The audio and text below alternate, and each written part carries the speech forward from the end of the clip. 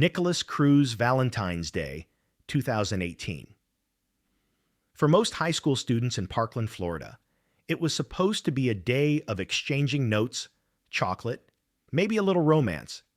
But for the 3,000 students at Marjorie Stoneman Douglas High School, February 14th would become the day their sense of safety was shattered forever. Nicholas Cruz didn't fit in at Marjorie Stoneman Douglas, and everyone seemed to know it. He'd been a student there once, walking the same halls, sitting in the same classrooms as the kids he would later target. Born in 1998, Cruz had a troubled childhood marked by behavioral issues that seemed to intensify as he grew older. His adoptive mother, Linda Cruz, had tried her best, but neighbors and classmates described a young man who was increasingly volatile, obsessed with weapons, and fascinated by violence. He posted disturbing content online, talked openly about wanting to hurt people, and made so many threats that students joked darkly about what might happen if he ever came back to school.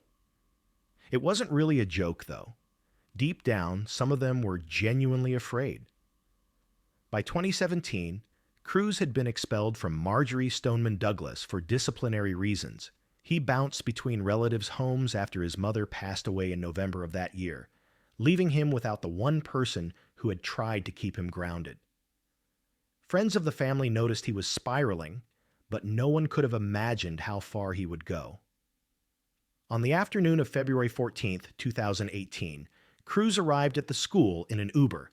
He was carrying a black duffel bag. Inside was an AR-15 semi-automatic rifle he had legally purchased a year earlier, along with multiple magazines of ammunition.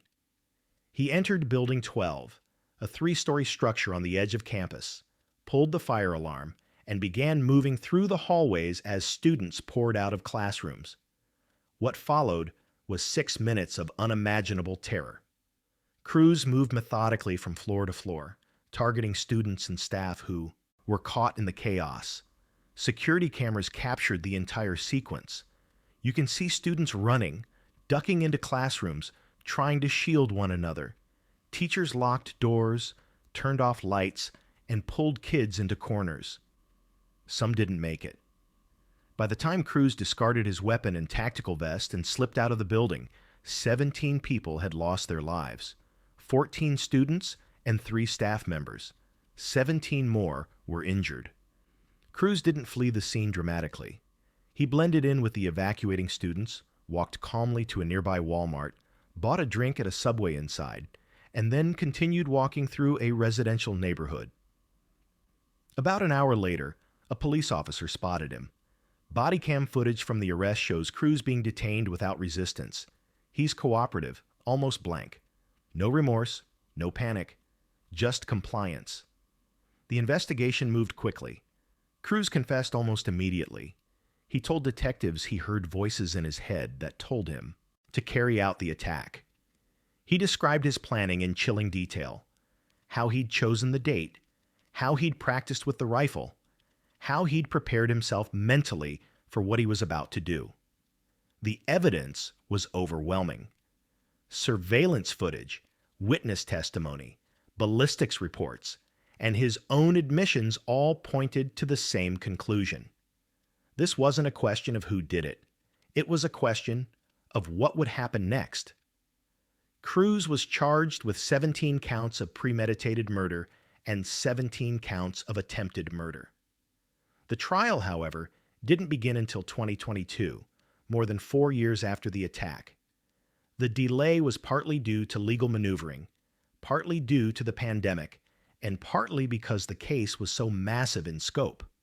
The prosecution sought the death penalty, arguing that the calculated nature of the crime, the number of victims, and the complete lack of remorse warranted the ultimate punishment.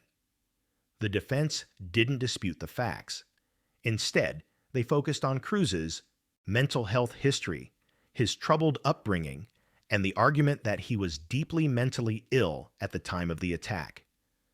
They presented witnesses who testified about his erratic behavior, his struggles with depression, and the voices he claimed to hear.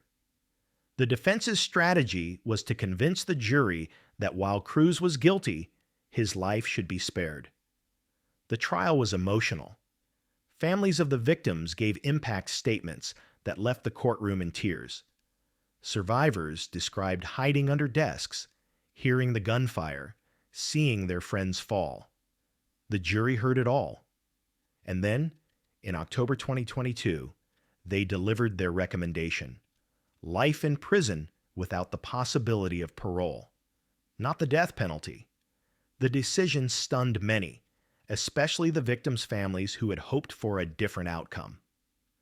Florida law requires a unanimous jury vote to impose the death penalty, and the jury couldn't reach that consensus. Some jurors felt his mental illness was a mitigating factor. Others simply couldn't bring themselves to vote for execution. Nicholas Cruz is currently serving his sentence at a maximum security facility in Florida. He will never be released. He will spend the rest of his life behind bars, isolated from the world he tried to destroy. The Parkland shooting became a catalyst for a national conversation about gun control, school safety, and mental health. Students from Marjorie Stoneman Douglas became activists, organizing the March for Our Lives movement and demanding change. But no policy debate, no legislation, no amount of activism can undo what happened on Valentine's Day 2018. 17 people went to school that morning and never came home. And one young man decided that his pain was worth ending their lives. The cameras captured it all, but they couldn't stop it. And that's what haunts everyone who watches that footage: the knowledge that it didn't have to happen, and the fear that it could happen again. Luka Magnotta. Imagine wanting to be famous so badly that you'd do anything to make the world remember your name. Luka Magnotta didn't just want attention. He craved it, obsessed over it, and when he couldn't get it the normal way, he decided to create something so horrifying that forgetting him would be impossible. Born Eric Clinton. Kirk Newman in 1982 in Ontario, Canada, Luka Magnotta reinvented himself more times than most people change their hairstyles. He worked as an adult film performer, tried his hand at modeling, and constantly crafted online personas designed to make him look more glamorous, more dangerous, more interesting than he actually was.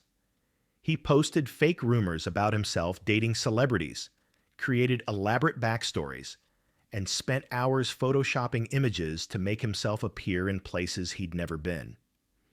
Friends and acquaintances described him as desperate for recognition, someone who would lie about anything if it meant people would pay attention. But the internet is a crowded place, and Luka Magnotta was just another face in an endless sea of wannabes. Then, in 2010, something shifted. Videos began appearing online showing a young man in various states of undress doing disturbing things to kittens. The videos were graphic, cruel, and deliberate. Animal rights activists across the internet mobilized, trying to identify the person responsible. They created groups, analyzed every frame, and eventually traced the videos back to Magnotta. He denied it at first, but the attention was intoxicating. People were talking about him. They were angry, yes, but they knew his name. And for someone like Magnotta, that was almost enough. Almost. By 2012, Magnotta had moved to Montreal and was living a transient lifestyle, bouncing between apartments and relationships. He met Jun Lin, a 33-year-old international student from China studying engineering at Concordia University. Lin was described by everyone who knew him as kind, hard-working, and optimistic about his future in Canada. He had no idea that the man he'd connected with had been planning something unthinkable. On May 24, 2012, Jun Lin went to Magnotta's apartment. He never left. What happened inside that apartment was recorded on video by Magnotta himself, who filmed the entire ordeal with the same calculated detachment he'd shown in those earlier animal videos. The footage, which Magnotta titled and uploaded to the internet, showed acts so disturbing that law enforcement agencies worldwide worked to have it scrubbed from every corner of the web. Junlin was tied to a bed, and what followed was a deliberate, methodical series of actions that Magnota performed while music played in the background. He then dismembered Lin's body and packaged the remains in various ways. Here's where the case takes an even darker turn. Magnota mailed some of Lin's body parts to political offices and schools across Canada. A package arrived at the Conservative Party headquarters in Ottawa. Another was sent to an elementary school in Vancouver. A foot was mailed to a different political office. Investigators were horrified, not just by the brutality of what had been done, but by the theatrical nature of it all. This wasn't just about ending someone's life. This was about creating a spectacle. The discovery came when a janitor at Magnota's apartment building noticed a strange smell and found a suitcase in the trash area behind the building. Inside were parts of Junlin's remains. Security cameras captured something chilling. Footage of Magnota himself, days earlier, casually wheeling that very suitcase through the building's corridors and out to the trash. He's calm in the footage, unhurried, almost casual, as if he's taking out nothing more suspicious than old furniture. Police identified Magnota quickly, but by then he'd already fled the country. He took a flight to France, then made his way to Berlin, Germany. For over a week, he was on the run while an international manhunt intensified. Interpol issued a red notice. His face was everywhere. And then, on June 4, 2012, a cafe employee in Berlin recognized him from the news. Magnota was sitting at a computer, reading articles about himself. When police arrived, he didn't resist. He simply looked up and said, "You got me." Extradition proceedings brought Magnota back to Canada, where he faced charges including first-degree murder, committing an indignity to a body, publishing obscene material, and mailing obscene material. His trial began in September 2014, and it quickly became clear that the defense would argue Magnota was not criminally responsible due to mental illness. His lawyers presented evidence that he suffered from schizophrenia, heard voices, and believed he was being controlled by an external force. The prosecution countered with a different narrative, that Magnota was fully aware of his actions, that he'd planned everything meticulously, and that his desire for fame was the real motive. They pointed to the video, production, the mailing of evidence to generate media coverage, and his history of fabricating stories for attention. The jury deliberated for 8 days. In December 2014, they returned with their verdict, guilty of first-degree murder. The judge sentenced Magnota to life in prison with no possibility of parole for 25 years. He was also convicted on all other charges. The courtroom was packed with Junlin's family members, who had traveled from China to see justice served. Their grief was immeasurable. Their son had come to Canada for an education and a better future, and instead, he'd encountered someone who saw him as nothing more than a prop in a twisted performance. Luca Magnota is currently incarcerated in a Canadian federal prison. He married a fellow inmate in 2017, continuing to seek attention even from behind bars. He's given interviews, written letters, and maintained a presence through intermediaries who post on his behalf. Even now, he's trying to control his narrative, to shape how people see him. Junlin's family established a scholarship in his name at Concordia University. They wanted something positive to come from their unimaginable loss, a way to honor the son they'd lost to someone's narcissistic need for infamy. The case sparked conversations about internet safety, the responsibilities of platforms hosting violent content, and how someone so clearly troubled could slip through every crack in the system. The elevator footage remains one of the most haunting pieces of evidence, not because of what it shows, but because of what it represents. A young man carrying a suitcase, going about what looks like a completely mundane task, while inside that suitcase is evidence of something monstrous. And the scariest part? He wanted you to know. He wanted the world to see. And in the worst possible way, he got exactly what he wanted. Daniel Shaver. There are moments captured on camera that become impossible to forget, not because of what they show, but because of what they represent. The fragility of life, the weight of a single decision, and the horror of watching something preventable spiral into tragedy. The final minutes of Daniel Shaver's life were recorded on a police officer's body cam, and what that footage reveals is a situation that should never have ended the way it did. Daniel Shaver was 26 years old in January 2016. He was a father of 2 young daughters, married to his wife Lainey, and worked as a pest control technician based out of Texas. His job took him all over the country, and on January 18, 2016, he found himself in Mesa, Arizona, staying at a La Quinta Inn while working in the area. By all accounts, Daniel was a friendly guy, easygoing, the kind of person who got along with everyone he met. That evening, he'd invited some acquaintances he'd met through work back to his hotel room. They were drinking, talking, and at some point, Daniel showed them a pellet rifle he used for his pest control work. Here's where everything went wrong. Someone in the hotel saw Daniel near his 5th floor window holding what appeared to be a rifle. They couldn't tell it was a pellet gun. From their vantage point, it looked like a real firearm being pointed outside. Understandably alarmed, they called the hotel front desk, who immediately contacted police. The call came in as a man with a rifle in a hotel window, a potentially active threat situation. Officers responded with the seriousness that call demanded. Within minutes, multiple police officers arrived at the La Quinta Inn.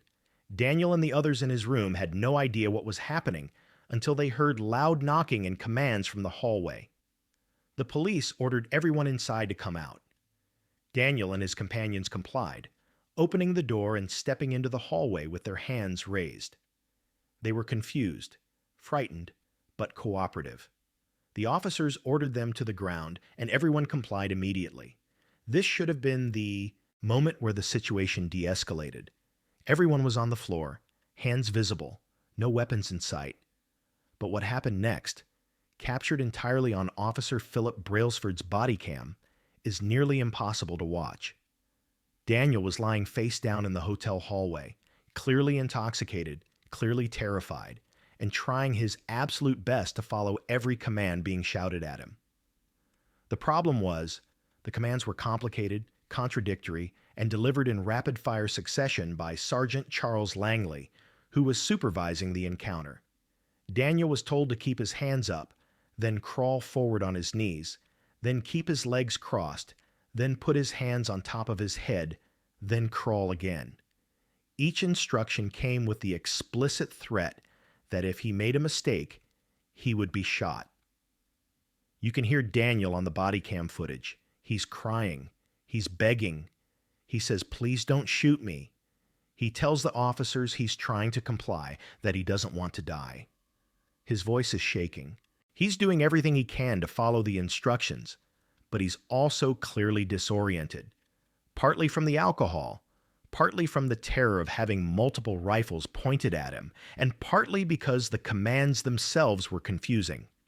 The officers could have simply walked forward and handcuffed him while he was prone on the ground. They had complete control of the situation, but instead, they made him play what essentially became a deadly game of Simon Says. As Daniel crawled forward, his hands went toward his waistband, possibly to pull up his shorts, which were falling down as he moved, or possibly just an instinctive reaction as he tried to keep his balance. It lasted less than a second. Officer Brailsford fired 5 shots from his AR-15 rifle. Daniel collapsed instantly. He died at the scene. He was unarmed. The pellet rifle that had started this entire encounter was still inside his hotel room, never touched during the incident. The investigation began immediately.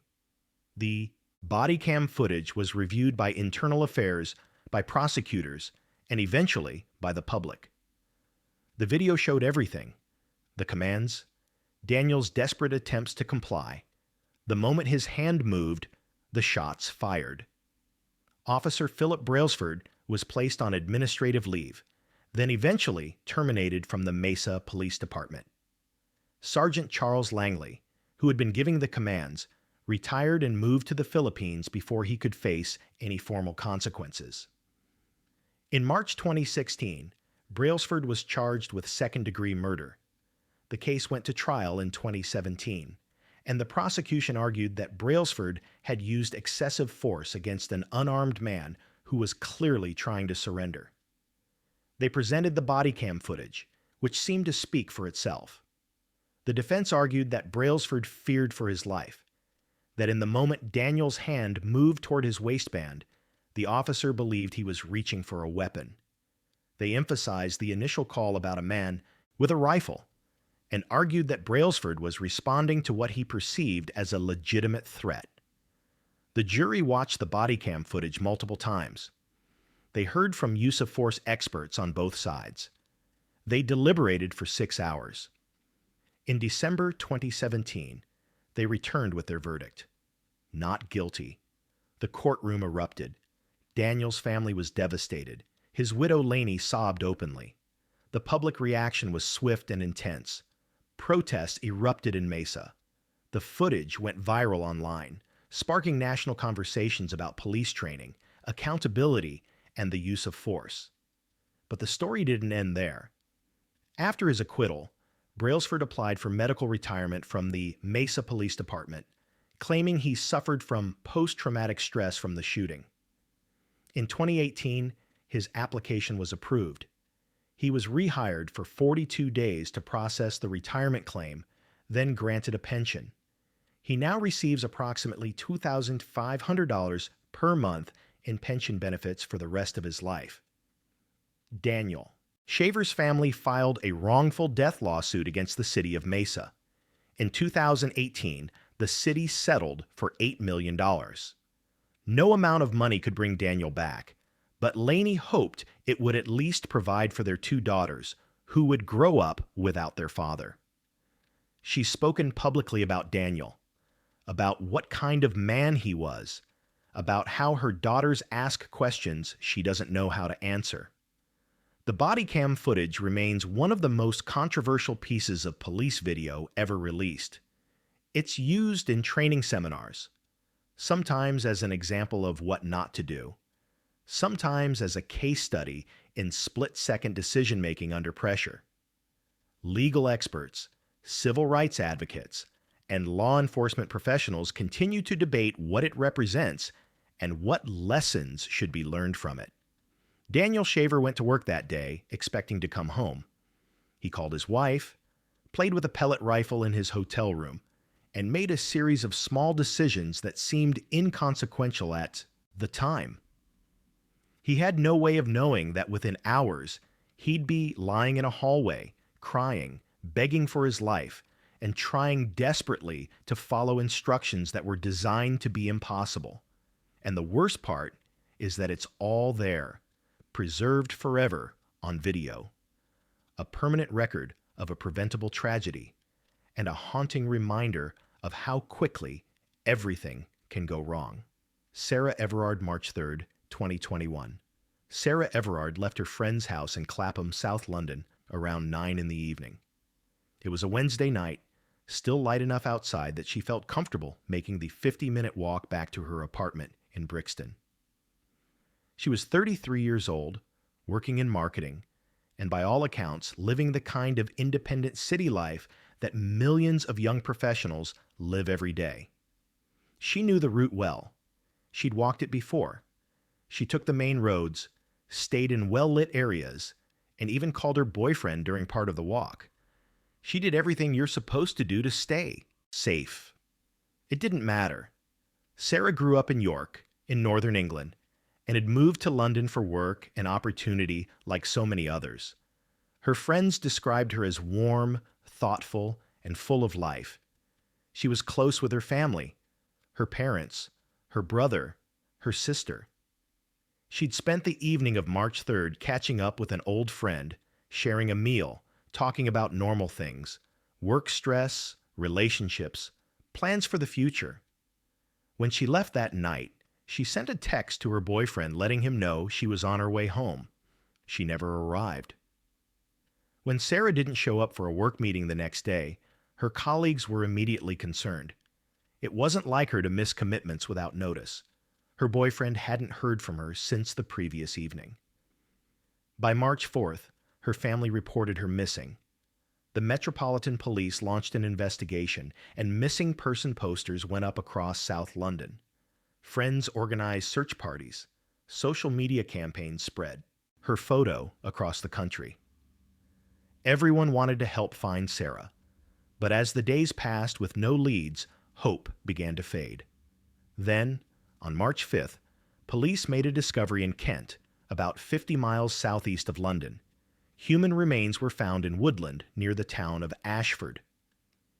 At the same time, investigators were piecing together Sarah's last known movements using security camera footage from the route she'd walked.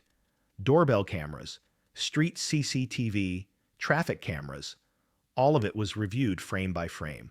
What they found was chilling. The footage showed Sarah walking along the South Circular Road in Clapham around 9:30 p.m. She's alone, moving at a steady pace, her phone occasionally visible in her hand. Then, at approximately 9:34 p.m., a white Vauxhall rental car pulls up beside her. A man gets out. He's wearing police-issued equipment, a belt, what appears to be identification. He approaches Sarah on the sidewalk. The footage shows them talking. She appears uncertain at first, but then compliant. The man produces what looks like official paperwork. Sarah is seen being handcuffed and placed into the vehicle. To any passerby, it would have looked like a legitimate police stop. That's exactly what it was designed to look like. The man wasn't just pretending to be a police officer. He was one. Wayne Couzens, 48 years old, was a serving Metropolitan Police officer assigned to the Parliamentary and Diplomatic Protection Command. His job was literally to protect people. He had a badge, police identification, and the authority to detain individuals. He used all of it to abduct Sarah Everard off a public street in the middle of London. Couzens drove Sarah to Kent, to a remote area near land he owned. What happened during that journey and afterward is too disturbing to detail fully, but the facts presented at trial made clear that Sarah was subjected to horrific treatment before she was taken from this world.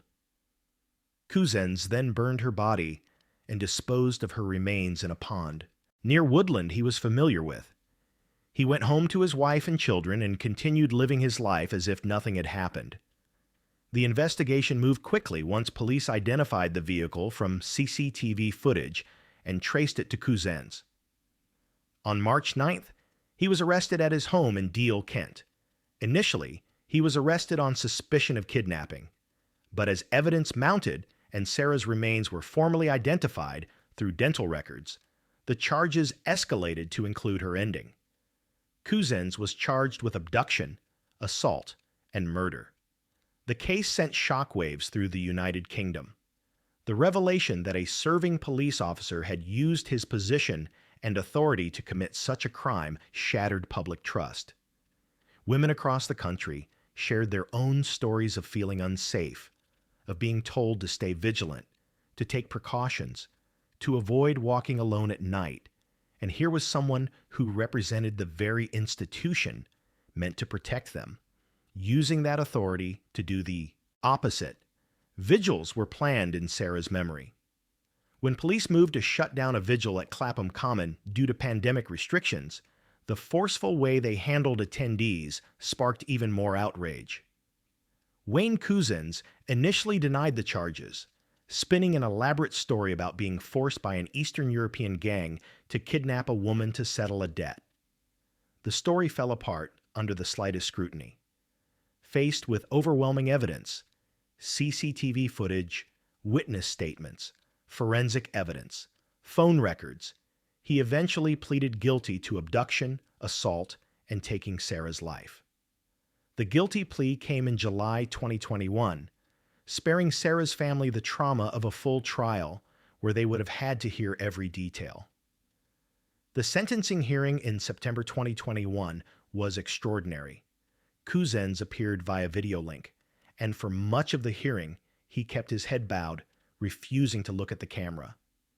The prosecution laid out the full timeline of his actions, how he'd planned the attack, how he'd used his police equipment to facilitate it, how he'd shown absolutely no remorse. They revealed that Cousins had been nicknamed the rapist by colleagues years earlier due to his treatment of women, yet he'd remained in the force. Sarah's family read impact statements that left the courtroom in tears. Her mother described the unimaginable pain of losing her daughter in such a horrific way. Her father spoke about the life Sarah would never live, the career she'd never advance, the family she'd never have, the future that was stolen from her. Lord Justice Fulford handed down a whole life order, a sentence reserved for the most serious offenses, meaning Cousins would spend the rest of his life in prison with no possibility of parole. It was only the second time such a sentence had been given for a single case of taking someone's life where the victim was an adult. The judge stated that Cousins had eroded the confidence that the public are entitled to have in the police forces of England and Wales, and that his actions were so grave that nothing less than a whole life term would suffice. Wayne Cousins is currently held in a high-security prison. Reports indicate he's been attacked by other inmates multiple times, despised even among those serving time for serious crimes. He'll never leave prison. He'll die behind bars. Sarah's case led to immediate calls for institutional change. The Metropolitan Police faced intense scrutiny over their vetting processes. How had Cousins been allowed to serve when there were clear warning signs? Investigations revealed he'd been reported for indecent exposure just days before he took Sarah, yet no action had been taken. An independent inquiry was launched into police culture, accountability, and the handling of misconduct allegations. Parliament passed Sarah's law, legislation aimed at improving safety measures and increasing police accountability. But beyond policy changes and institutional reforms, Sarah Everard's case became a cultural moment. It forced a national conversation about women's safety, about victim blaming, about the constant vigilance women are expected to maintain just to exist in public spaces. Sarah did everything she was supposed to do. She stayed on main roads. She called her boyfriend. She was aware of her surroundings. And still, she encountered someone who used the very symbols of safety and authority as weapons against her. Her family established a fund in her memory supporting causes related to women's safety and supporting victims of violence. Every year on March 3rd, people gather at Clapham Common to remember Sarah and to continue demanding change. Her story is taught in schools, discussed in police academies, referenced in parliamentary debates. Not because anyone wants to remember the horror of what happened, but because forgetting would be worse.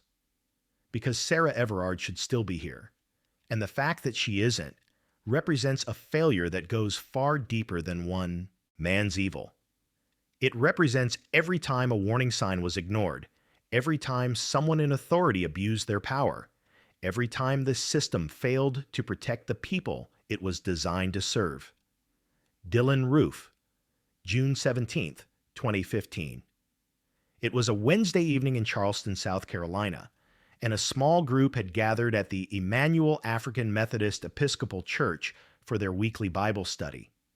The church, known locally as Mother Emmanuel, wasn't just any place of worship. It was a historic landmark, one of the oldest black churches in the South, a place that had survived slavery, the Civil War, and countless attempts to silence its congregation. For over 200 years, it had stood as a symbol of faith, resilience, and community. On that warm summer evening, the doors were open to anyone who wanted to join in prayer and reflection. That open-door policy, that spirit of radical welcome, would be exploited in the most unthinkable way. Dylan Roof was 21 years old when he walked through those doors. He'd been born in Columbia, South Carolina in 1994, and by most accounts had lived a fairly unremarkable life until his late teens. He dropped out of high school, drifted between jobs, and spent increasing amounts of time online in the darker corners of the internet where hate festers and multiplies. Friends who knew him in earlier years described him as quiet, maybe a bit awkward, but not particularly alarming. But something shifted. Roof became obsessed with white supremacist ideology, spending hours reading manifestos, studying historical acts of racial violence, and convincing himself that he had been chosen for some twisted mission. He believed that white people were under threat, that something needed to be done, and that he was the one to do it. In the months leading up to June 17th, Roof prepared methodically. He bought a Glock 41 pistol with money he'd received as a birthday gift from his father. He scouted potential targets, considering various locations before, settling on Emmanuel AME Church. He chose it specifically because it was a black church, because it was historic, because he believed that attacking it would send a message and ignite what he hoped would be a race war. He wrote a manifesto outlining his beliefs, took photographs of himself posing with Confederate flags and white supremacist symbols, and created a website to ensure his message would spread after his planned attack. That Wednesday evening, Roof arrived at the church around 8 p.m. He was greeted warmly by the congregants already gathered in the fellowship hall. There were 12 people present for Bible study that night, including the senior pastor, Reverend Clementa Pinckney, who also served as a South Carolina state senator. They welcomed Roof, invited him to sit down, and included him in their circle. For nearly an hour, he sat among them as they discussed Scripture, shared reflections, and prayed together. They treated him with kindness, with the very grace and humanity that he had come to destroy. When everyone closed their eyes for the final prayer, Roof pulled out his weapon. He started targeting people one by one, methodically moving around the room. The attack lasted only a few minutes, but in that time, he took the lives of 9 people. Reverend Clementa Pinckney, age 41, Cynthia Hurd, age 54, Susie Jackson, age 87, Ethel Lance, age 70, DePayne Middleton Doctor, age 49, Tywanza Sanders, age 26, Daniel Simmons, age 74, Sharonda Coleman Singleton, age 45, Myra Thompson, age 59. 3 survivors hid and played dead, or were deliberately spared by Roof because, as he told one of them, he needed witnesses to tell the story of what he'd done. After the attack, Roof walked out of the church, got into his black Hyundai, and drove away. Security cameras at the church captured his arrival and departure, the vehicle clearly visible. One survivor immediately called emergency services, and within minutes, police arrived at the scene. What they found was devastating. A Bible study room turned into a crime scene, victims still in their chairs, Bibles open on the table. The community was in shock. Charleston was in shock. The entire nation was in shock. A massive manhunt began immediately. Police released images of Roof from the church security footage and photographs from his social media accounts. His license plate was identified, and an alert went out across multiple states. The FBI joined the investigation, treating it as both a hate crime and an act of domestic terrorism. Less than 14 hours after the attack, Roof was spotted in Shelby, North Carolina, about 250 miles north of Charleston. A local police officer recognized his vehicle during a traffic stop. Roof was taken into custody without incident. Inside his car, police found the weapon used in the attack, along with additional ammunition and white supremacist materials. Roof was transported back to South Carolina and charged with 9 counts of taking a life and 3 counts of attempted harm in connection with the 3 survivors. Federal authorities also filed charges, including hate crime violations and obstruction of the practice of religion resulting in death, charges that carried the possibility of the death penalty. During initial interviews with investigators, Roof confessed. He showed no remorse. He explained that he had hoped his actions would start a race war, that he had targeted the church specifically because of its significance in the black community. He said he almost didn't go through with it because everyone had been so nice to him, but then decided he had to complete his mission. The legal proceedings were complex, involving both state and federal cases. Roof's attorneys attempted to argue that he was not mentally competent to stand trial, but psychiatric evaluations found him capable of understanding the charges and participating in his defense. In December 2016, the federal trial began. The prosecution presented overwhelming evidence. The security footage, the confession, the manifesto, testimony from survivors, and forensic evidence linking Roof to the scene. The defense didn't dispute the facts, but focused on trying to spare Roof from the death penalty by arguing his youth and claiming mental illness, despite the evaluations stating otherwise. The survivors and family members of the victims gave testimony that was almost unbearable to hear. They described their loved ones, devoted church members, community leaders, mothers, fathers, grandparents, people who had lived lives of service and faith. They recounted the horror of that night and the impossible grief that followed. Some, in an extraordinary display of faith and forgiveness, told Roof directly that they forgave him, even as they demanded justice. Their forgiveness stunned observers worldwide, but it didn't diminish their insistence that he be held fully accountable. In December 2016, the jury found Dylann Roof guilty on all 33 federal counts. The sentencing phase began in January 2017, and Roof made the unusual decision to represent himself during this portion, believing his attorneys would present mitigating evidence he didn't want heard. He offered no real defense, gave no explanation that would humanize him, and showed no genuine remorse. On January 10, 2017, the jury unanimously recommended the death penalty. The judge formally sentenced Roof to death on all 9 counts related to the victims, making him the first person to receive a federal death sentence for a hate crime. The state of South Carolina also prosecuted Roof separately. In April 2017, facing the possibility of another death sentence, Roof pleaded guilty to all state charges in exchange for a sentence of life in prison without parole. This plea allowed him to avoid a second lengthy trial and ensured that even if his federal death sentence was somehow overturned, he would never be released. Dylann Roof is currently on federal death row, held at the United States Penitentiary in Terre Haute, Indiana. His appeals are ongoing, as is standard in death penalty cases, but legal experts consider it unlikely that his sentence will be overturned given the overwhelming evidence and the nature of his crimes. He remains isolated, with limited contact with the outside world, waiting for an execution date that may be years or even decades away.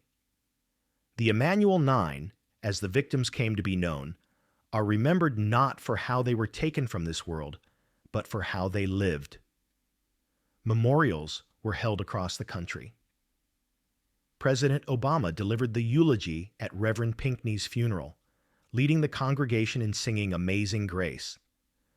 The church itself became a place of pilgrimage, with thousands visiting to pay their respects and to pray. The Confederate flag, which Roof had embraced as a symbol of his ideology, was removed from South Carolina's State House grounds less than a month after the attack, a change that had been debated for decades but finally became unavoidable. The case forced America to confront uncomfortable truths about racism, domestic terrorism, and radicalization. Roof wasn't an outsider from some distant place. He was a young man from South Carolina who had been radicalized by content freely available online, who had purchased a weapon legally despite a prior arrest that should have prevented it, and who had been able to plan and execute his attack without anyone intervening. Every system that could have stopped him failed. What happened at Mother Emanuel wasn't random violence. It was targeted, intentional, and ideologically motivated. 9 people went to church on a Wednesday night to study the Bible and welcome a stranger, and they paid for that kindness with their lives. Their families still grieve. The survivors still carry trauma. And the city of Charleston still grapples with a wound that will never fully heal. But the church still stands, its doors still open, its congregation still gathering, still refusing to let hate extinguish the light, because that's what Dylan Roof never understood. You can take lives, but you can't destroy faith, and you can't win a war against love. George Floyd, May 25th, 2020, Memorial Day. For most Americans, it was a long holiday weekend, a chance to relax despite the pandemic restrictions that had kept much of the country on edge for months. In Minneapolis, Minnesota, the day was warm and relatively quiet. George Floyd, a 46-year-old man who had moved to Minneapolis from Houston a few years earlier looking for work and a fresh start, spent that afternoon like many others, running errands, visiting friends, going about the ordinary business of daily life. He had no way of knowing that by the end of the day, his name would be known around the world, and that the final minutes of his life would spark a global reckoning. George Floyd grew up in Houston's 3rd Ward, a predominantly black neighborhood where he was known as a gentle giant, standing 6'6", tall but described by everyone who knew him as kind, friendly, and protective of those around him.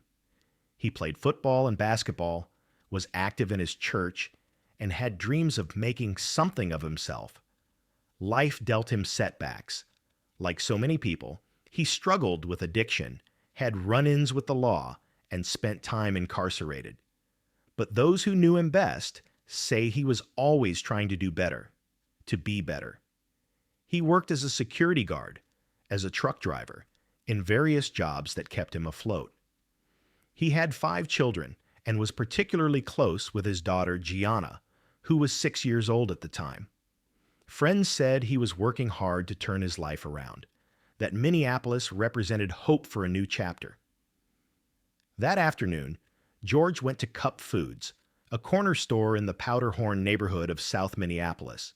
He made a purchase, cigarettes, and paid with what the store clerk believed was a counterfeit 20 bill.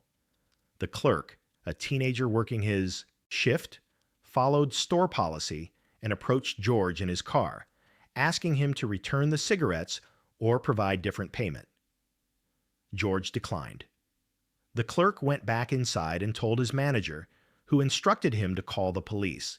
It was a decision that would have irreversible consequences. At 8:01 p.m., the call went in, a report of a man who had used a suspected counterfeit bill and appeared to be intoxicated, sitting in a blue car outside the store. 2 officers arrived first, Thomas Lane and J. Alexander Queng. They approached George's vehicle, found him in the driver's seat with 2 passengers, and immediately drew their weapons. George was clearly frightened. He complied with their orders, but he was visibly anxious, his hands shaking as he placed them on the steering wheel. The officers ordered him out of the car and placed him in handcuffs. According to their own bodycam footage, George was cooperative but distressed, repeatedly saying he was sorry, that he didn't mean to. Caused trouble. The officers walked him across the street to their patrol car, and that's when things escalated. George told the officers he was claustrophobic, that he didn't want to get in the back of the squad car. He wasn't combative. He was pleading. He offered to sit on the ground instead, to do anything else. The officers tried to force him into the vehicle anyway, and George, in his panic, resisted being pushed inside. He fell to the ground. That's when officers Derek Chauvin and Tu Thao arrived as backup. Chauvin, a 19-year veteran of the Minneapolis Police Department, with a record of complaints and previous incidents of excessive force, took control of the situation. What happened next was captured on multiple cameras: police body cams, security cameras from nearby businesses, and most crucially, the cell phone of Darnella Frazier, a 17-year-old girl who happened to be walking by with her younger cousin. For 9 minutes and 29 seconds, Derek Chauvin knelt on George Floyd's neck while George lay face down on the pavement, handcuffed, unable to move. The video shows everything. George saying he can't breathe, not once or twice, but more than 20 times. George called out for his mother, who had passed away 2 years earlier. George saying, "Please," over and over. Bystanders begged the officers to check his pulse, to let him breathe, telling them he's not resisting. Chauvin ignoring all of it, his knee remaining on George's neck, his hand casually in his pocket, his expression blank. Around the 6-minute mark, George stopped speaking. His body went still. Bystanders became more frantic, shouting that he wasn't moving, that something was wrong. An off-duty firefighter, an EMT who was passing by, identified herself and begged to be allowed to check his vital signs. She was refused. Chauvin's knee stayed in place. Even when paramedics arrived and loaded George onto a stretcher, even when he showed no signs of life, Chauvin maintained his position until George was physically removed. George Floyd was pronounced deceased at the hospital less than an hour later. The video went viral within hours. By the next morning, it had been viewed millions of times. Protests erupted in Minneapolis almost immediately, first at the corner where George had been taken from this world, then spreading throughout the city. The 4 officers involved were fired within 24 hours, an unusually swift response that indicated the department knew the optics were catastrophic, but firing them wasn't enough. The community demanded arrests. They demanded charges. They demanded accountability. On May 29th, 4 days after George's passing, Derek Chauvin was arrested and charged with third-degree homicide and second-degree manslaughter. The other 3 officers, Lane, Quang, and Thao, were initially not charged, which sparked even more outrage. Protests spread beyond Minneapolis to every major city in America, then around the world. London, Paris, Berlin, Tokyo, Sydney. People took to the streets chanting, "Black Lives Matter" and "I can't breathe," George's final words becoming a rallying cry for a movement demanding systemic change. The protests continued for months. Some remained peaceful, with vigils and marches. Others turned destructive, with property damage, fires, and clashes between demonstrators and police. The Minneapolis 3rd Police Precinct building was burned to the ground. The National Guard was deployed in multiple states. It became the largest civil rights movement in American history, with an estimated 15 to 26 million people participating nationwide. The world was watching, and the pressure was immense. On June 3rd, the charges against Chauvin were upgraded to second-degree murder, and the 3 other officers were charged with aiding and abetting. All 4 were taken into custody. The legal proceedings were complex and drawn out, with pre-trial motions, venue changes, and intense media scrutiny. Chauvin's trial began in March 2021, nearly a year after George's passing. The prosecution's case was straightforward. The video spoke for itself, backed by medical examiner testimony confirming that George had been taken from the world by law enforcement restraint. Expert witnesses testified about proper police procedure and how Chauvin had violated every principle of reasonable force. The defense tried to argue that George's underlying health conditions and drug use were contributing factors, that he had resisted arrest, that Chauvin was following his training. But the video evidence was overwhelming. Witness after witness, including the teenage girl who filmed it, who testified through tears, described what they had seen and their helplessness to stop it. Even the Minneapolis police chief testified against Chauvin, stating unequivocally that his actions violated department policy and basic human decency. On April 20th, 2021, the jury returned guilty verdicts on all 3 counts: second-degree, unintentional murder, third-degree murder, and second-degree manslaughter. The courtroom remained silent as the verdict was read. Outside, crowds who had gathered erupted in celebration and tears. It was a rare moment of accountability in cases involving police use of force. In June 2021, Chauvin was sentenced to 22.5 years in prison. He also faced separate federal charges for violating George Floyd's civil rights and pleaded guilty to those as well, receiving an additional 21-year federal sentence to run concurrently. The 3 other officers went to trial in 2022. Thao, Lane, and Queng were all convicted on federal civil rights charges. Lane and Queng each received sentences of 3 and 3.5 years respectively, after accepting plea deals on state charges. Thao, who refused a plea deal, was convicted at trial and sentenced to 3.5 years in prison. Derek Chauvin is currently serving his sentence at a federal facility. He was stabbed by another inmate in November 2023 and survived. The other officers are also incarcerated. None will serve anywhere near a life sentence, a fact that continues to frustrate those who believe justice hasn't fully been served. George Floyd's family filed a civil lawsuit against the city of Minneapolis, which settled for $27 million. One of the largest pretrial settlements ever in a civil rights wrongful passing case. The family established the George Floyd Memorial Foundation, working on community initiatives, criminal justice reform, and support for families affected by police violence. The city of Minneapolis made changes in the aftermath, banning chokeholds, requiring officers to intervene when they see excessive force, implementing new training protocols. Similar reforms were adopted in cities across the country. The George Floyd Justice in Policing Act was introduced in Congress, though it has yet to pass into law. Statues, murals, and memorials to George appeared in cities worldwide. The intersection where he was taken from this world is now officially called George Floyd Square, a community gathering space and ongoing site of remembrance.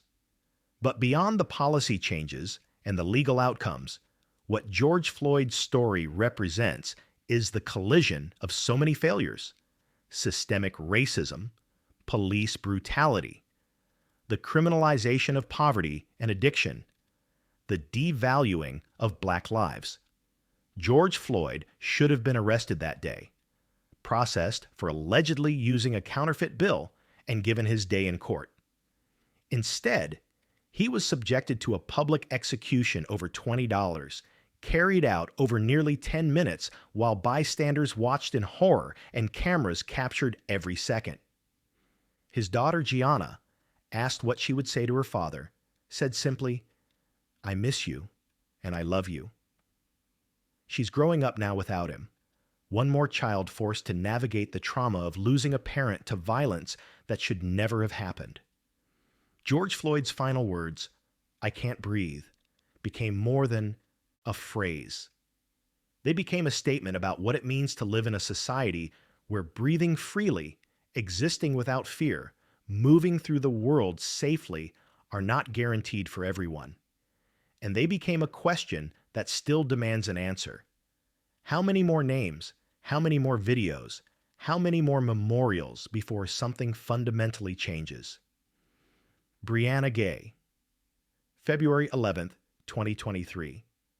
Culcheth Linear Park in Warrington, England, is the kind of green space you find in countless British towns: walking paths, open fields, scattered woodland areas where people walk their dogs, jog, or just enjoy a bit of fresh air. On that cold Saturday afternoon, it became the scene of something that shook the entire United Kingdom to its core. Brianna Gay, a 16-year-old girl, went to the park to meet people she thought were her friends. She never came home. Brianna was born in 2006 and grew up in the Warrington area. She was transgender, having begun her social transition a few years earlier.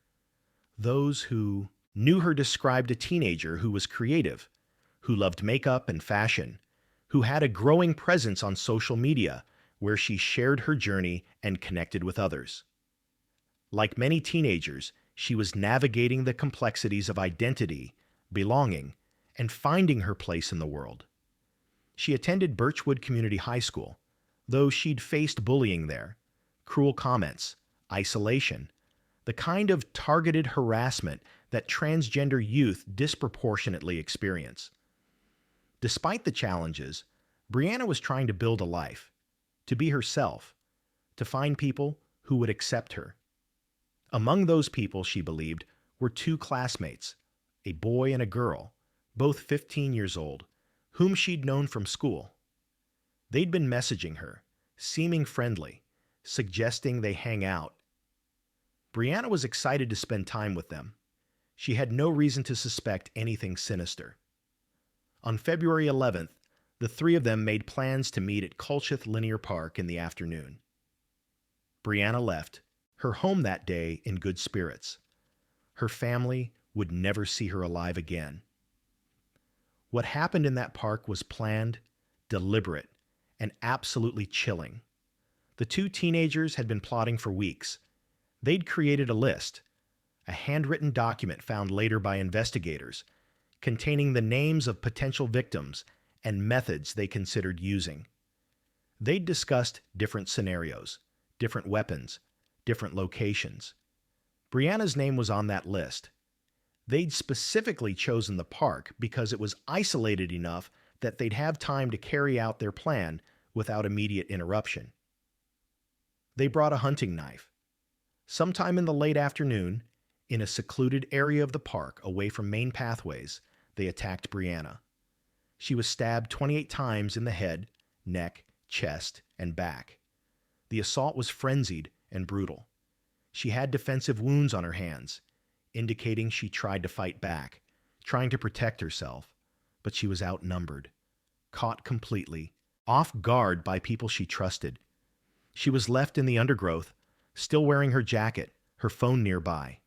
Her attackers fled the scene, leaving her there. A dog walker discovered Brianna's body around 3:13 p.m. Emergency services were called immediately, but it was too late. She was pronounced deceased at the scene. Police cordoned off the area and began a major investigation. Within hours, detectives had identified the last people known to have contact with Brianna, the two teenagers who'd arranged to meet her. CCTV cameras throughout Warrington captured crucial footage. The three teenagers could be seen walking together toward the park. Later footage showed the two suspects leaving the area alone, Brianna conspicuously absent. Both teenagers were arrested at their homes that evening. During searches of their properties, police found evidence that painted a horrifying picture. Text messages between the two showed they'd been planning to harm someone for weeks, discussing their fantasies about causing injury and taking lives. They'd watched violent content online, researched methods, and specifically targeted Brianna. The girl had created a plan document on her phone detailing how they would carry out the attack. The messages showed no remorse, no hesitation, just cold calculation about how to get away with what they were planning. The boy's messages revealed a particularly dark obsession with violence and torture. He'd viewed content depicting harm to others and had expressed desires to experience taking a life himself. The girl seemed equally invested, perhaps even more organized in her planning.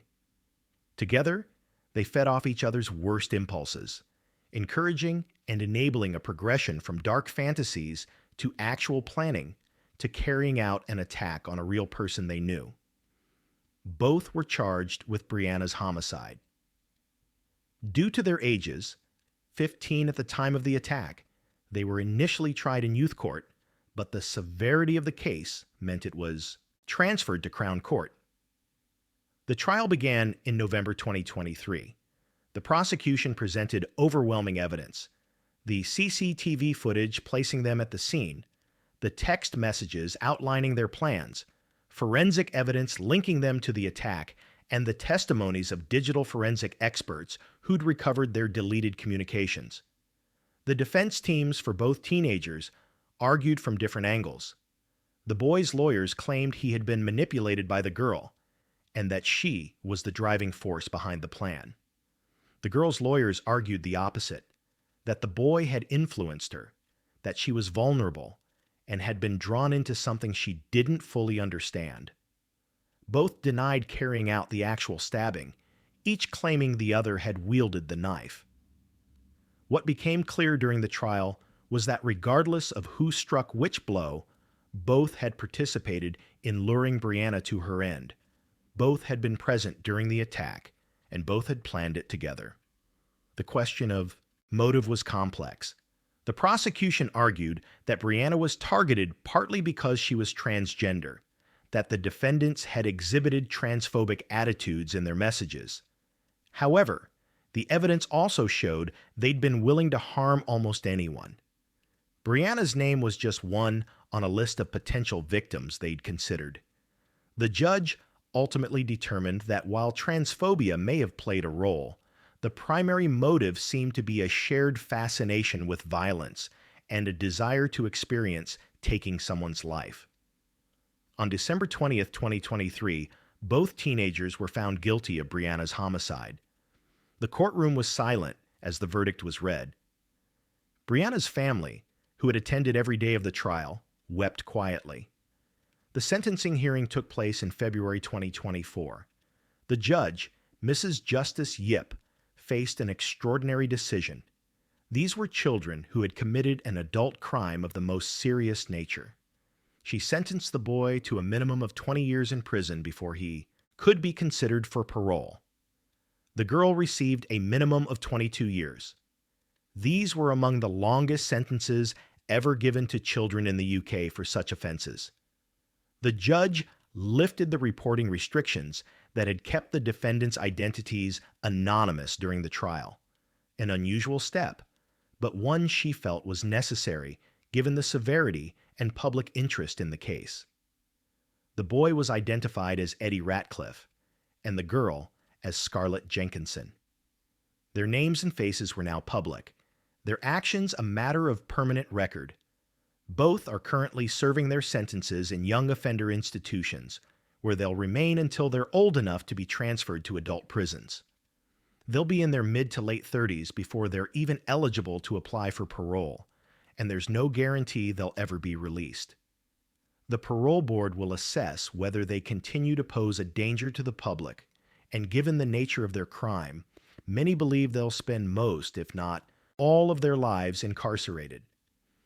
Brianna's family has shown remarkable strength in the aftermath. Her mother, Esther Gay, has become an advocate for improved online safety, particularly concerning young people's access to violent content. She's spoken publicly about her belief that social media algorithms and easy access to disturbing material played a role in radicalizing the two teenagers who took her daughter's life.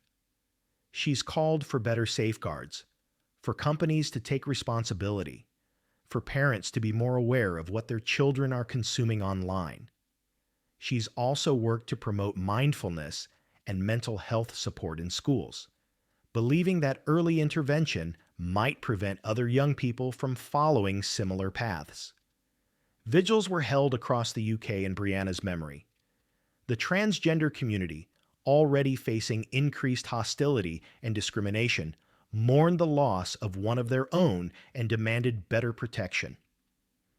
Brianna's case became a rallying point for discussions about transphobia, youth violence, online radicalization, and the responsibilities of both technology companies and educational institutions. A memorial garden was created in Warrington. Pink, Brianna's favorite color, became a symbol of remembrance.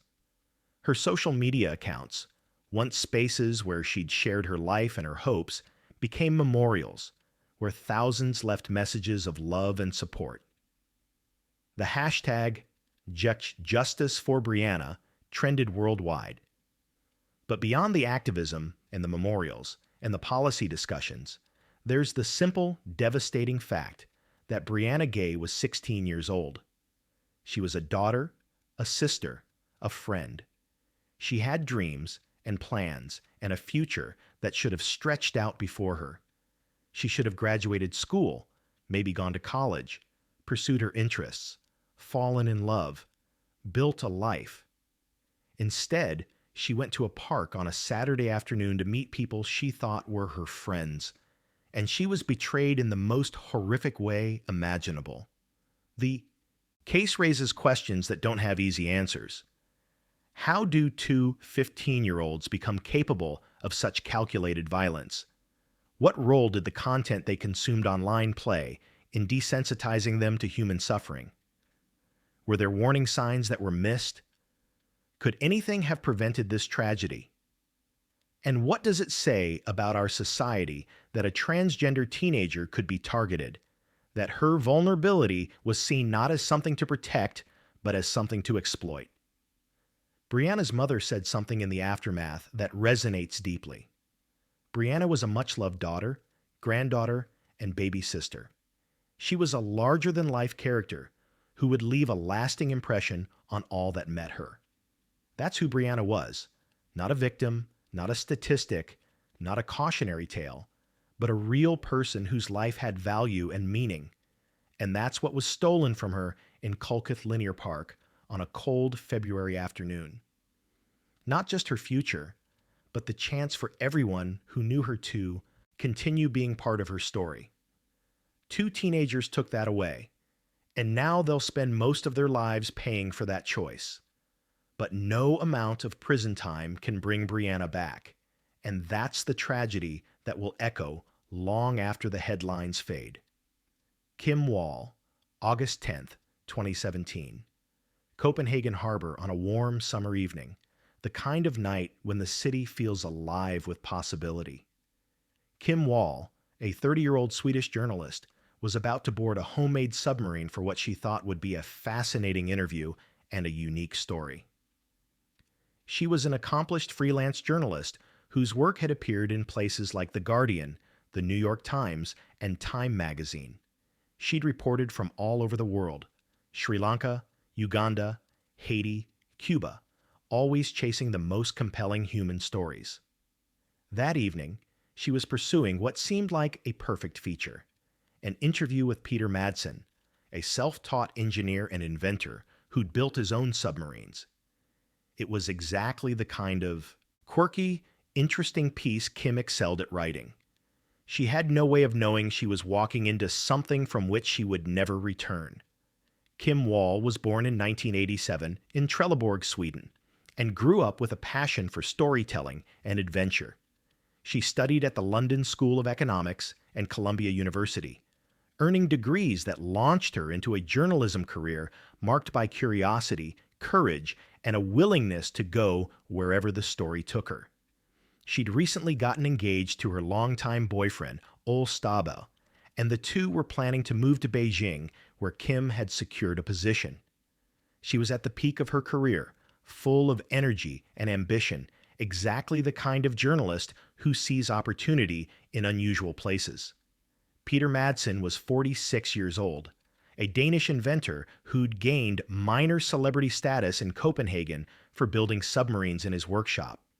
He'd founded Copenhagen Suborbitals, a crowd-funded space program, and was known in local circles as eccentric but brilliant, the kind of person journalists love to profile. When Kim reached out to interview him aboard his submarine, the UC-3 Nautilus, Madsen agreed. They arranged to meet at the harbor on the evening of August 10th.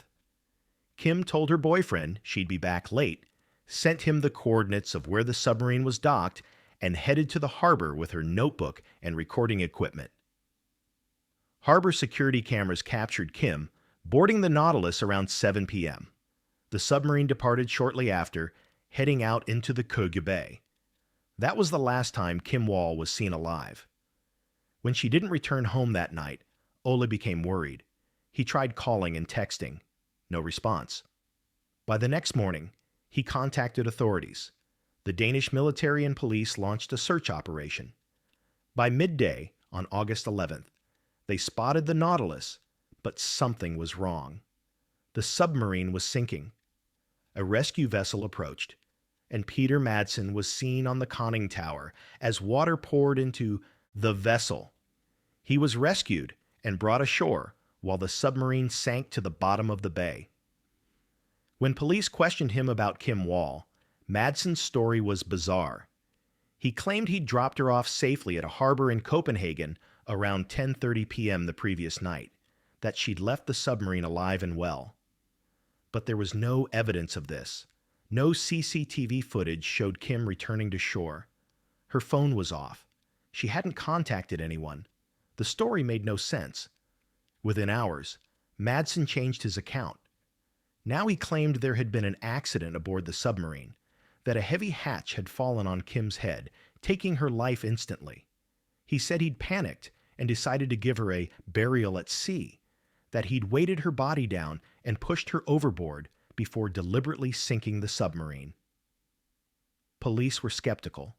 They arrested Madsen and continued searching the waters. The submarine was raised from the bay floor. Forensic teams examined every inch of it. What they found contradicted Madsen's story completely. There was no evidence of an accident. What they did find were bloodstains, evidence that the interior had been cleaned, and disturbing internet search history on Madsen's computer showing he'd been researching content depicting violence toward women just before Kim came aboard. Then, on August 21st, a cyclist spotted something on a beach south of Copenhagen. It was a torso, deliberately mutilated to prevent identification and weighted down with metal to keep it submerged. DNA testing confirmed it was Kim Wall. The discovery was devastating. Kim's family, who had been holding on to hope, now faced the horrific reality. The investigation intensified. Over the following weeks, more remains were discovered in the bay. Kim's head, legs, and clothing, all in weighted bags deliberately disposed of to hide evidence. Forensic examination revealed she'd been stabbed repeatedly in her torso and genital area while likely still alive. The pathologist's report suggested she may have been tied up. The cause of her passing was determined to be either stabbing or suffocation. This was no accident. This was deliberate, brutal, and planned. Madsen's story changed again. Now he claimed Kim had died from carbon monoxide poisoning in the submarine, and he'd only dismembered her body to make disposal easier. Investigators didn't believe this version either. They'd found no evidence of carbon monoxide in the submarine. The forensic evidence told a completely different story, one of violence, of torture, of someone who'd been harmed intentionally and then had their remains methodically disposed of to hide the crime. The trial began in March 2018 at Copenhagen City Court. The prosecution presented their case methodically. The harbor footage showing Kim boarding but never leaving the submarine, Madsen's constantly changing stories, the forensic evidence proving Kim had been stabbed and dismembered, and perhaps most damning, the content found on Madsen's hard drives. Investigators had recovered videos he'd accessed showing women being harmed and taken from this world. The prosecution argued that Madsen had lured Kim onto the submarine with the intention of acting out violent fantasies he'd been consuming for years. Madsen maintained his innocence regarding taking Kim's life, though he admitted to dismembering her body. His defense attorneys argued that whatever had happened was not premeditated, that at most he might be guilty of manslaughter, but not calculated homicide. The evidence, however, painted a clear picture.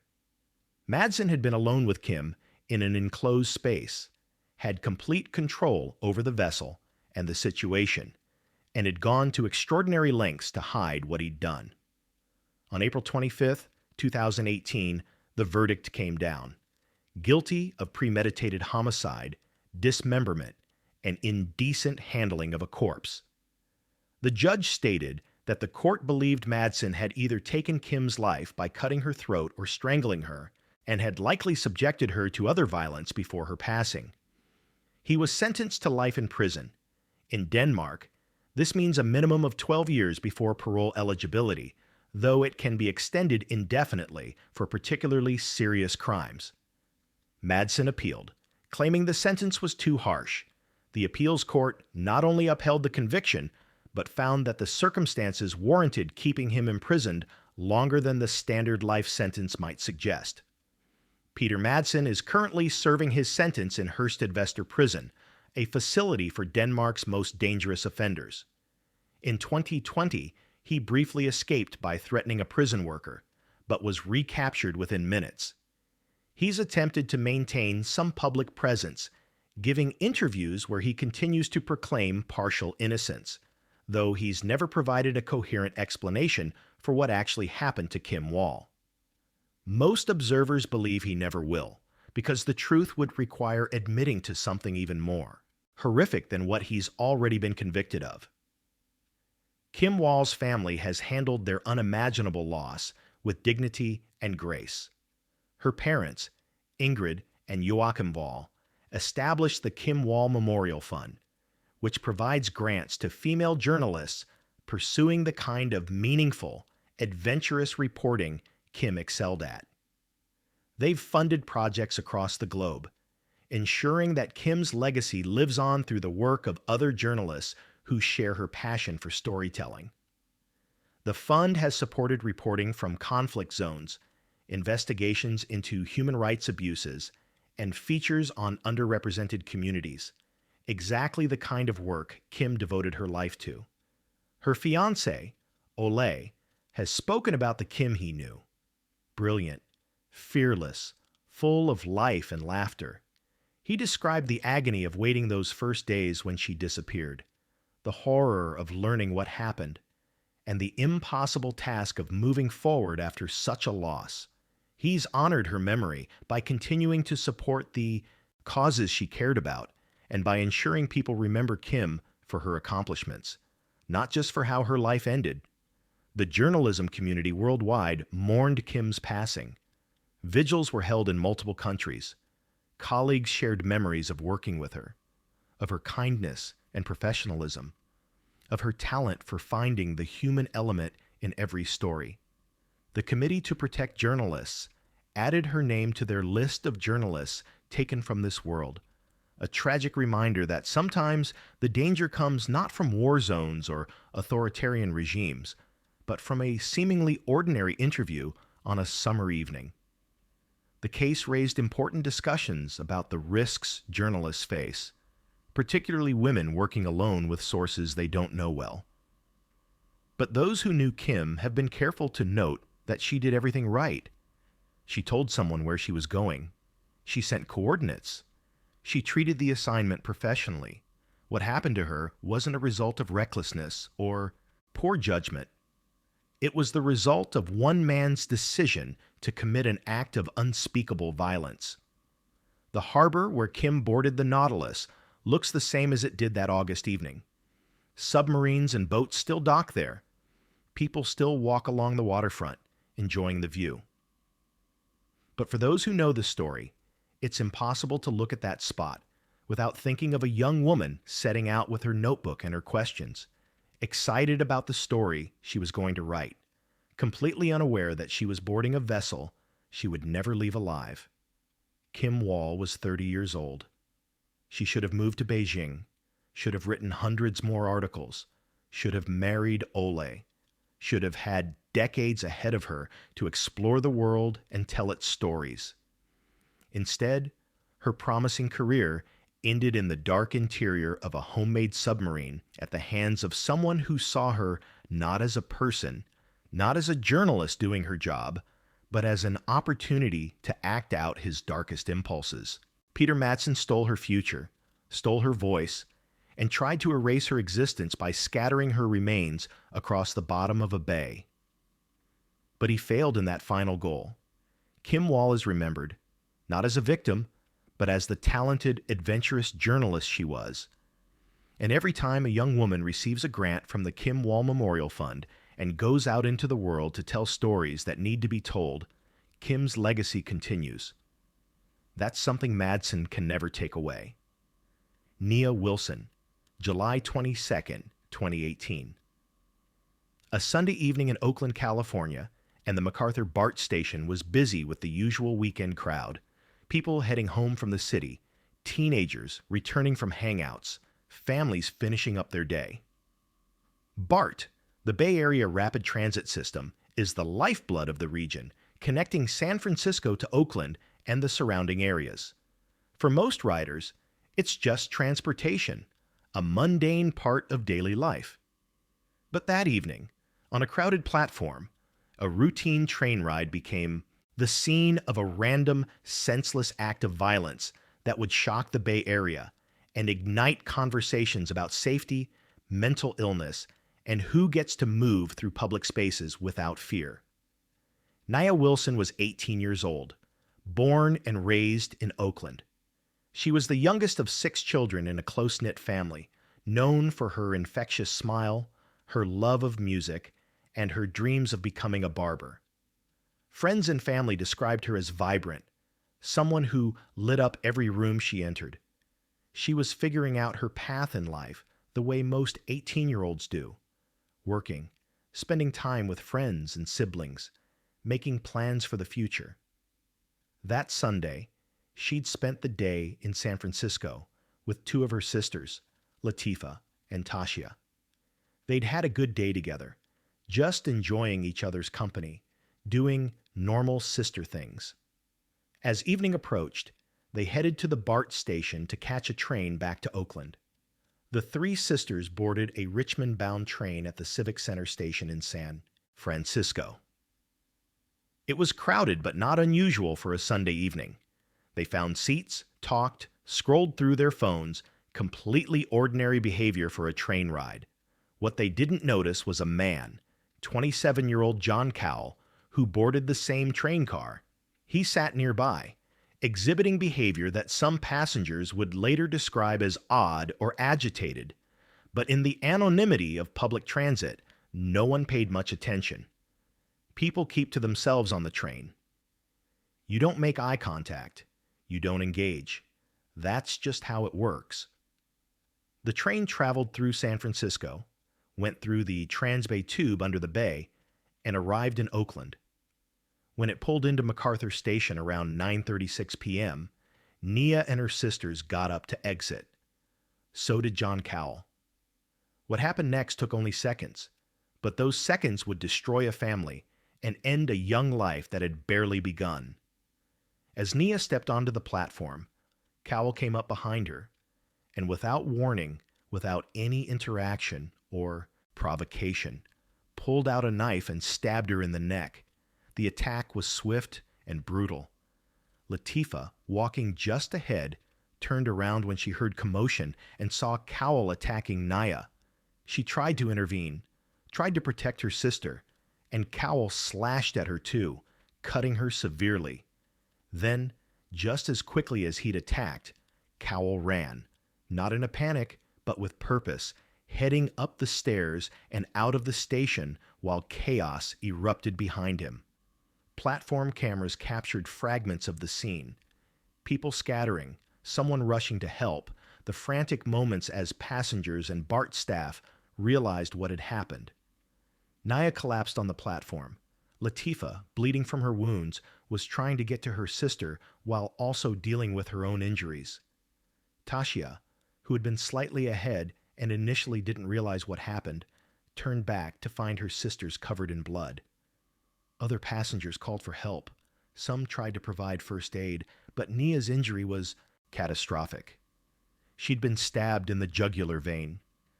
Paramedics arrived within minutes, but there was nothing they could do. Nia Wilson was pronounced deceased at the scene.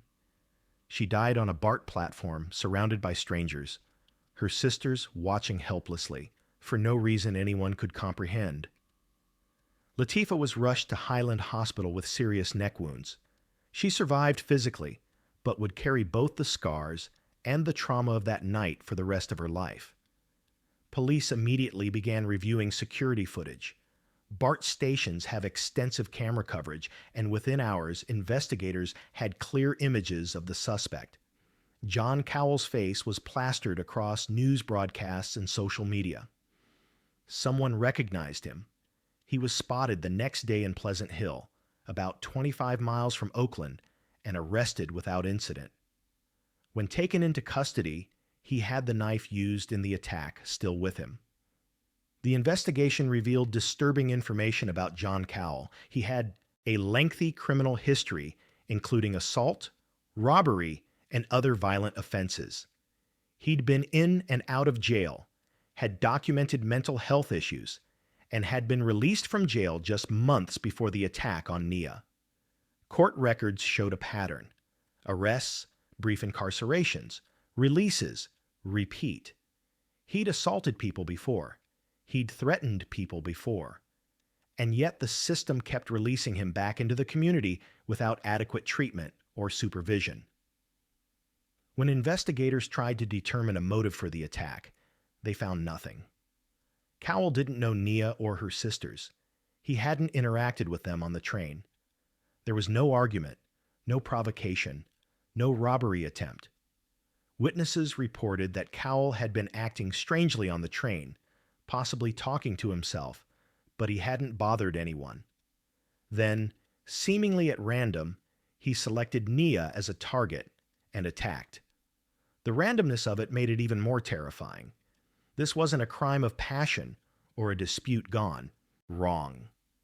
This was a violent predator selecting a victim for reasons known only to him. Nia's family was devastated. Her father, Ansar Muhammad, became the public face of their grief, speaking to media outlets about his daughter, about the senselessness of her loss, about his anger at a system that had failed to protect her.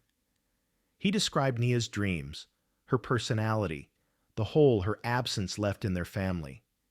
He demanded justice and accountability, not just for the person who took his daughter's life, but for the systems that allowed someone with Cowell's history to be on that platform that night. The case also sparked intense discussions about race. Nia was a young black woman. Cowell is white. Video footage and witness accounts showed he'd been on a train car with many people. Why did he target Nia specifically? Some community activists and family members believed race played a role, that Nia was selected because of her identity. The Alameda County District Attorney initially charged Cowell with homicide and attempted homicide, but didn't include hate crime enhancements. This decision was controversial. After significant public pressure and further investigation, hate crime charges were eventually added, though prosecutors acknowledged proving racial motivation would be challenging. John Cowell's trial was delayed multiple times due to questions about his mental competency to stand trial. Psychiatric evaluations were conducted, legal arguments made about whether he could understand the proceedings and assist in his own defense. Eventually, he was found competent, and the trial moved forward. In November 2019, Cowell pleaded not guilty to all charges, including the hate crime allegations. The trial presented the security footage, witness testimony, and forensic evidence. The prosecution argued that regardless of Cowell's mental state, he'd committed a calculated act. He'd brought a knife with him, selected a victim, carried out the attack, and fled the scene. His actions showed awareness and intent. The defense didn't dispute that Cowell had taken Nia's life, but argued his severe mental illness made him incapable of forming the specific intent required for first-degree conviction. They presented evidence of his history of psychiatric problems, his delusions, and argued he should be found not guilty by reason of insanity. In July 2021, after weeks of testimony and deliberation, the jury reached a verdict. John Cowell was found guilty of first-degree homicide in Nia's passing and guilty of attempted homicide for the attack on Latifah. However, the jury could not reach a unanimous decision on the hate crime enhancements, and those charges were eventually dismissed. In October 2021, Cowell was sentenced to life in prison without the possibility of parole for Nia's homicide, plus an additional sentence for the attack on Letifa. John Cowell is currently incarcerated in a California state prison, where he'll remain for the rest of his life. He'll never be released. But for Nia's family, no sentence could ever be adequate. No amount of time served brings Nia back.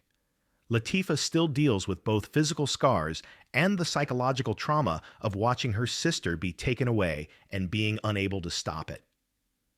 She's spoken about survivor's guilt, about PTSD, about how difficult it is to feel safe in public spaces. Bart made changes in the aftermath, increased security presence, improved camera coverage, more frequent police patrols. But riders still feel vulnerable. The nature of public transit is that it's open to everyone, and there's no way to screen for someone who might suddenly become violent. The attack on Nia highlighted uncomfortable truths about how we handle mental illness in this country, about the revolving door of the criminal justice system, about how people with documented violent tendencies end up on the streets and trains with the rest of us. Nia's story also became part of larger conversations about the safety of Black women and girls in public spaces. Activists noted that when Black women are victims of violence, their cases often don't receive the same attention or urgency as other victims. Nia's family had to fight to keep her story in the headlines, to ensure justice was pursued vigorously, to make sure she wasn't forgotten. They succeeded. Justice for Nia became a rallying cry, and Nia's face appeared on murals, posters, and memorials throughout Oakland. The Wilson family has tried to honor Nia's memory by advocating for better mental health services, improved public safety measures, and criminal justice reform. They've participated in community events, spoken at rallies, and worked to ensure other families don't experience what they've endured. They established scholarships in Nia's name and support programs that help young people pursue careers in the trades, honoring Nia's dream of becoming a barber. But underneath all the activism and policy discussions and legal proceedings is the simple, heartbreaking fact that Nia Wilson was 18 years old when she was taken from this world. She was riding the train home with her sisters after a normal day in the city. She was doing something millions of people do every single day, using public transportation to get from one place to another. And in those final seconds, walking off a train onto a platform, she had no warning, no chance to defend herself, no opportunity to escape. A stranger decided, for reasons no one will ever fully understand, that her life meant nothing. And he took it away in seconds while cameras recorded and bystanders watched in horror. Her father said after the verdict, "We got justice today, but we still don't have Nia." That's the reality no guilty verdict can change. Nia should be 24 years old now. She should have pursued her dreams, built a career, maybe had a family of her own someday. Instead, her life ended on a BART platform on a summer evening, another name added to the too long list of people who didn't come home because someone else decided violence was an acceptable response to whatever demons they were fighting. The MacArthur station looks the same as it always has. Trains still come and go. People still get on and off, most of them unaware of what happened there. But for those who know Nia's story, that platform will always be the place where a bright young woman's future was stolen and where a family's world collapses in the time it takes a train to come to a stop.